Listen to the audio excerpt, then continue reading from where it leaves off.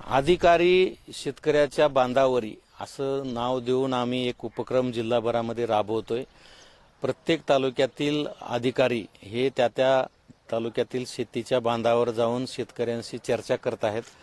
शेतकऱ्यांनी जिल्हाधिकारी कार्यालय किंवा तहसील कार्यालयात तक्रारी किंवा अडचणी घेऊन येण्यापेक्षा आपण त्यांच्या बांधावर जाऊन काय अडचणी आहेत आणि खत विक्रेते किंवा बँकेचे अधिकारी जे सर्व काही व्यवस्थित चाललंय असा रिपोर्ट देतात तो खरा आहे की खोटा याची खातरजमा करण्यासाठी आणि प्रत्यक्ष शेतीवर जाऊन शेतकऱ्यांचा रस्ता असेल, शेतकऱ्यांची फेरफार किंवा महसुली प्रकरण असतील, बी बियाणे असतील, खतं असतील किंवा पीक कर्ज हे जे अतिशय महत्त्वाचे विषय आहेत या विषयासंदर्भात काय परिस्थिती आहे हे जाणून घेण्यासाठी आम्ही शेतकऱ्यांमध्ये फिरतो आहोत। काल जवळजवळ 1000 शेतकऱ्यांच्या मुलाखती आमच्या अधिकाऱ्यांनी घेतलेल्या आहेत। प्रत्येक तालुक्यात किमान 10 अधिकाऱ्यांनी प्रत्येकी 10 शेतकऱ्यांच्या बांधावर जाऊन मुलाखती घ्यायचं ठरवलेलं होतं। एक 10-15 प्रश्नाची प्रश्नावली तयार करून दिलेली आहे, तुम्ही बघितलं, आता आम्ही लिहून घेतलेली आहे आणि त्याच्यासोबत इतर प्रश्न पण आम्ही लिहून घेतोय आणि लगेचच या अहवालानंतर आमच्या स्तरावरचे जे प्रश्न आहेत ते पुढच्या आठवड्यामध्ये आम्ही पूर्ण करतो आहोत।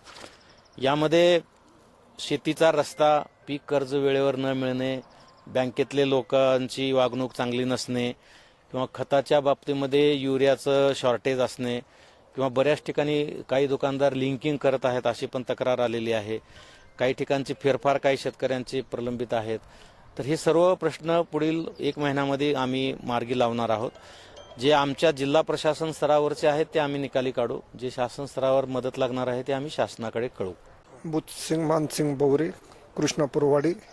कलेक्टर साहेब आमच्या बांधावर येऊन पाणी केली याबद्दल त्यांचे धन्यवाद। नमस्कार, मी बाळू जनार्दन दौड, राहणार कृष्णापूरवाडी, कोलठाण, तालुका जिल्हा छत्रपती संभाजीनगर।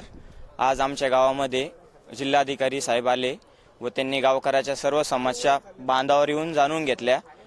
तसेच शेतकऱ्याच्या रस्त्याच्या समस्या, शेतीविषयक बी बियाणे, खते, औषधे, खते लिंकिंगच्या समस्या या सर्व जिल्हाधिकारी साहेबांनी जाणून घेतल्या व आम्हाला शेतकऱ्यांना मार्गदर्शन केले व सर्व समस्या सोडवण्याची ग्वाही दिली।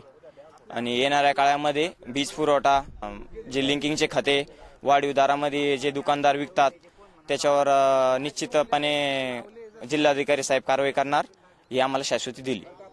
आणि जिल्हाधिकारी साहेबाच्या या येण्याने सर्व शेतकरी खुश झाले व सर्वांना याचा फायदा होणार। आता isakal.com आहे देशातील नंबर 1 ची मराठी न्यूज वेबसाईट। प्रत्येक अपडेटसाठी isakal.com ला नक्की भेट द्या।